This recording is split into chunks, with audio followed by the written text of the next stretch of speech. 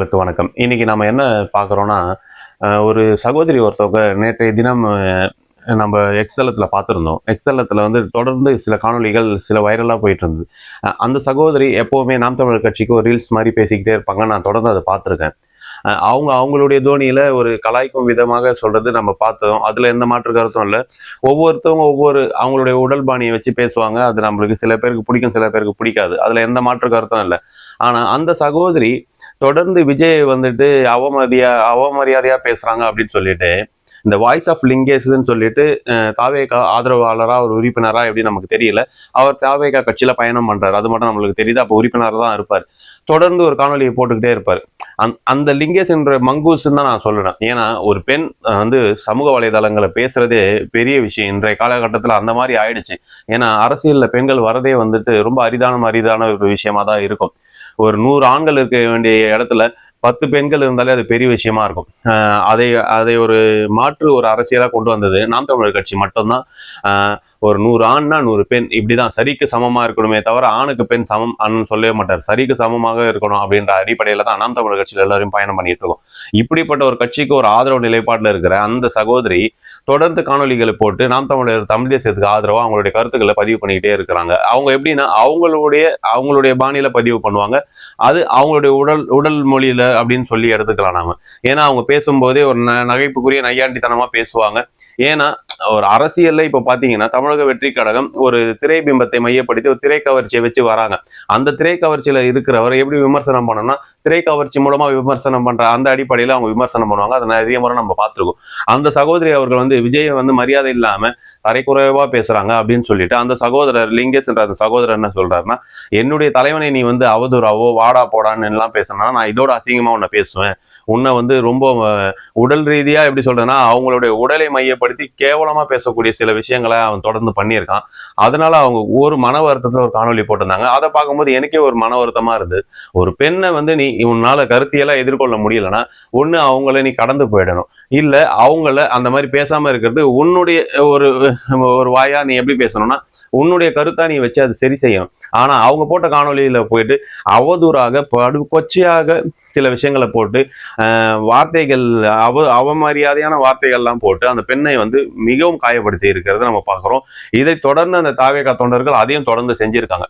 ஒரு பெண்ணுக்கே உங்களால வந்துட்டு ஒரு அடிப்படையில அவங்க கருத்தியலா மோதுறவங்களை எதிர்கொள்ள முடியாத நீங்க அவங்கள ஆபாசமா மோதி அவங்கள வீழ்த்தணும்னு நினைக்கிறீங்களே, இவ்வளவு கேவலமான உங்களால எப்படி ஒரு பெண்களுக்கு பாதுகாப்பு கொடுத்து உங்களால கட்சி நடத்த முடியும்? அந்த அந்த கட்சியில எப்படி ஒரு பெண்களுக்கு பாதுகாப்பு இருக்கும்?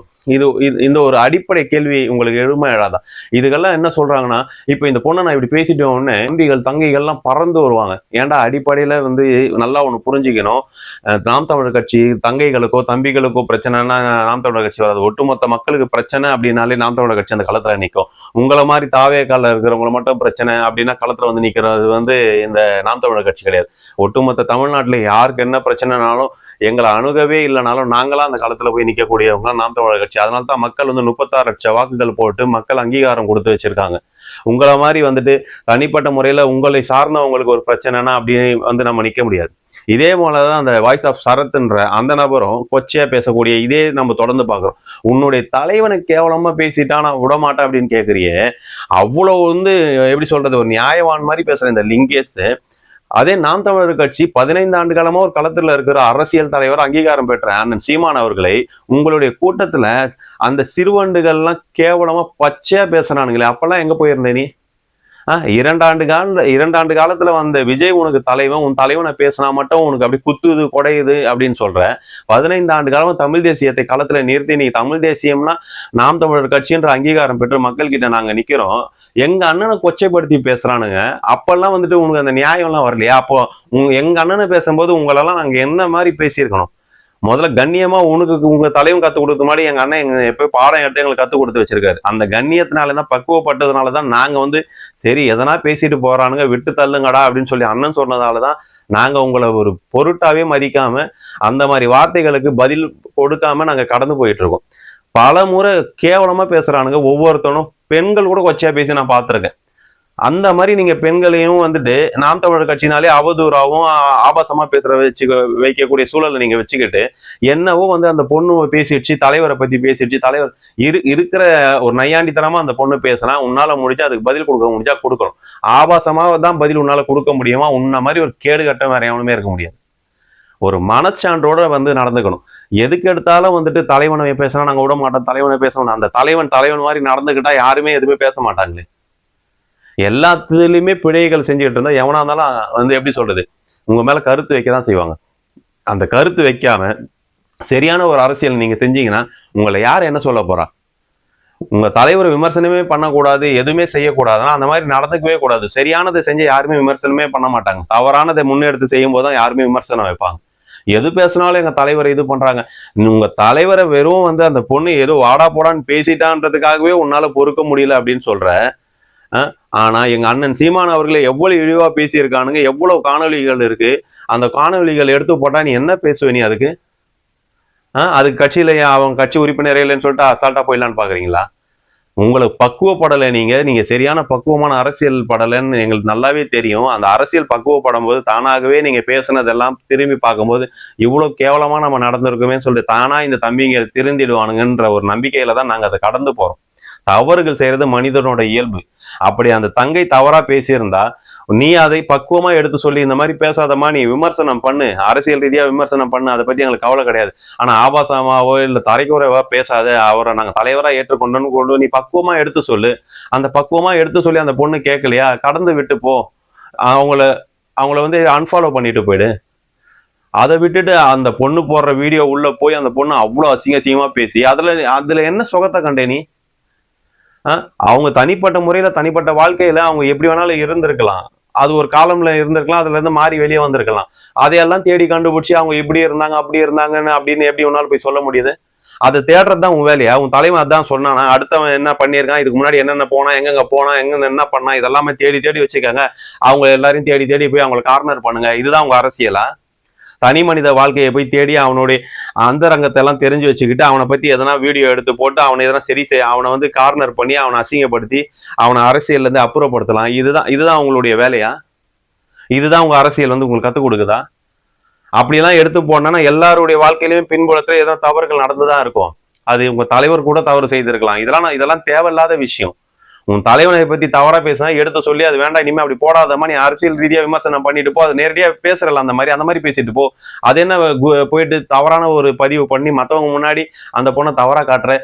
அந்த பொண்ணு தவறு செய்யல, அது அவளுடைய தனி உரிமை. அந்த உரிமையில போறதுக்கு உனக்கு என்ன அதிகாரம் இருக்கு?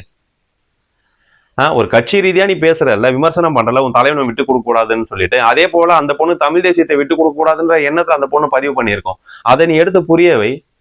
அதை விட்டுட்டு ஒரு கேவலமான ஒரு எப்படி சொல்றது, அந்த தமிழக வெற்றி கழகத்துல ஒரு சில பேர் வந்துட்டு கொச்சையா பேசிக்கிட்டு இருக்கானுங்க. முதல்ல மரியாதையா பேசுறியா? நீ பேசும்போதே உன்னோட காணொலியில என்ன பேசுற, அவன் இவன் பதிவு பண்ற. ஒரு நாம் தமிழர் கட்சியை ஒரு பிம்பத்துல இருக்க மாநில ஒருங்கிணைப்பாளர்ல நீ மதிச்சா பேசுற? முதல்ல நீயே தரக்குறைவா தான் பேசுற, அவமரியாதையா பேசுற. அப்புறம் உங்ககிட்ட எப்படி வந்து நீ மட்டும் மரியாதை எதிர்பார்க்கிற? முதல்ல மரியாதை எதிர்பார்க்கிற மாதிரி நீ நடந்துக்கிறியா? கொஞ்சம் அதை சிந்திச்சு பேசணும். அதை விட்டுட்டு எது வேணாலும் பேசலாம்னா நீ பேசுற காணொலிகள் ட்ரெண்ட் ஆகுது காரணம் என்ன? உன்னுடைய தலைவர் விஜயை ஃபாலோ பண்றோம், பார்க்க தான் செய்வான். அதுக்காக என்ன வேணாலும் நீ பேசுவ, அது எல்லாத்தையும் பார்த்துட்டு போவாங்களா? ஒரு பொண்ணை முதல்ல மதிக்க கத்துக்கிட்டு அதுக்கப்புறம் நீ அரசியலை பத்தி பேசு. அந்த பொண்ணே தப்பு பண்ணி இருந்தாலும் அந்த பொண்ணை எடுத்து சொல்லி புரிய வச்சு அதுல இருந்து அதை வெளியே கொண்டு வரதுக்கு பாரு. அதை விட்டுட்டு அந்த பொண்ணை போய் அசிங்கப்படுத்துறது இது மாதிரி. அப்போ என்னதான் உங்களுடைய நோக்கம்? என்ன ஒன்றும் புரியலையே. இது நீங்க இந்த பொண்ணை மட்டுமே அசிங்கப்படல, பல பெண்களை அசிங்கப்படுத்திட்டு தான் இருக்கீங்க. பல பேர் வந்து வெளியே சொல்லலை, அந்த பொண்ணு வெளிப்படையா வந்து சொல்லிடுச்சு. இதோட இதை நிறுத்திக்கிட்டு இதை சரி செய்யற வழியை பார்க்கறது தான் நல்லதுன்னு நான் நினைக்கிறேன். இதையே தொடர்ந்து இந்த லிங்கேஷ் தொடர்ந்து நீ பேசிக்கிட்டு இருந்தனா நாம் தமிழர் தம்பிங்க எல்லாரும் வந்து பேச சூழல்ல உருவாயிடும். இதுதான் உனக்கு கடைசி எச்சரிக்கையா, ஒரு நண்பராக கூட எடுத்துக்கோ இல்ல சகோதரனா எடுத்துக்கோ, இதுதான் கடைசி எச்சரிக்கை. இதோட இந்த விஷயத்த நிறுத்திக்கிட்டு அந்த பொண்ணை வந்து பின்தொடர்ந்து அந்த பொண்ணை போய் தவறாக காட்டுறது எல்லாத்தையும் நிறுத்திக்கிட்டா ரொம்ப நல்லது. இது தமிழக வெற்றி கழகத்துக்கே ரொம்ப நல்லது.